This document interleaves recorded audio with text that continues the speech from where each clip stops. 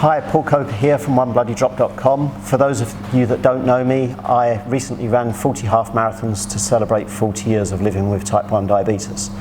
I'm now on a mission to create a leading resource for people with type 1 diabetes to learn about how to manage their diabetes whilst they're exercising. And today I'm here in Cardiff at Athletic Creations with Thomson, and she's sharing her knowledge and experience of how she manages her diabetes during and after going to the gym and lifting heavy weights. So great for you to be here today, Thank you very much for having me, Paul. And on our previous video you were talking about how you manage your diabetes during your weight training sessions. So on this video I'd like you to talk about how you manage your diabetes after you've been to a big gym session. What do you need to do? Do you need to make any changes to your insulin? Do you need to make any changes to your diet? Do you need to carb load? Do you need to protein load? So if you can share that with us. Yeah, sure. So again, after I finished training, I will test my blood sugar and react accordingly. If it's too high, I will bolus to bring it down. If it's too low, obviously I will take glucose. I will always have carbohydrates and protein after I've trained. I don't find the fats too important when it comes to post-training.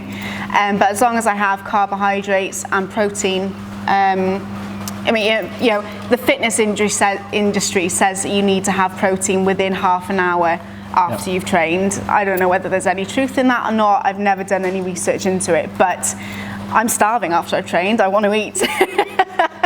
So yeah, I get carbs and protein in me, and then I just monitor my blood sugars as I would normally. And I'm a big fan of knowing where I am all the time. So I test normally every 2 to 3 hours. It's just how I do things. And so I just carry that on. If my sugars are acting weird, so if I'm dropping or I'm always going high, I will test more often until they come back within range and they settle down. So this for me is something that's quite fundamentally important, because when I go out for a long distance run, it's aerobic exercise, and the model for aerobic exercise is quite different from the model for anaerobic exercise and for weightlifting in particular. So for me, I carb load before I run, I carb load during my run, and then after the run I don't carb load immediately, because I have a lot of adrenaline flying around my system, which pushes my blood glucose level right up. So I can't carb load for a couple of hours until that adrenaline has started to drop away. Do you experience a similar phenomenon when you're in the gym lifting weights? Do your blood glucose levels go up after you've trained? Do they stay stable? Do they come down? Generally, they stay stable.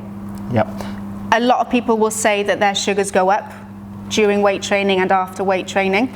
Mine don't. They stay stable. I guess that's just how my body works.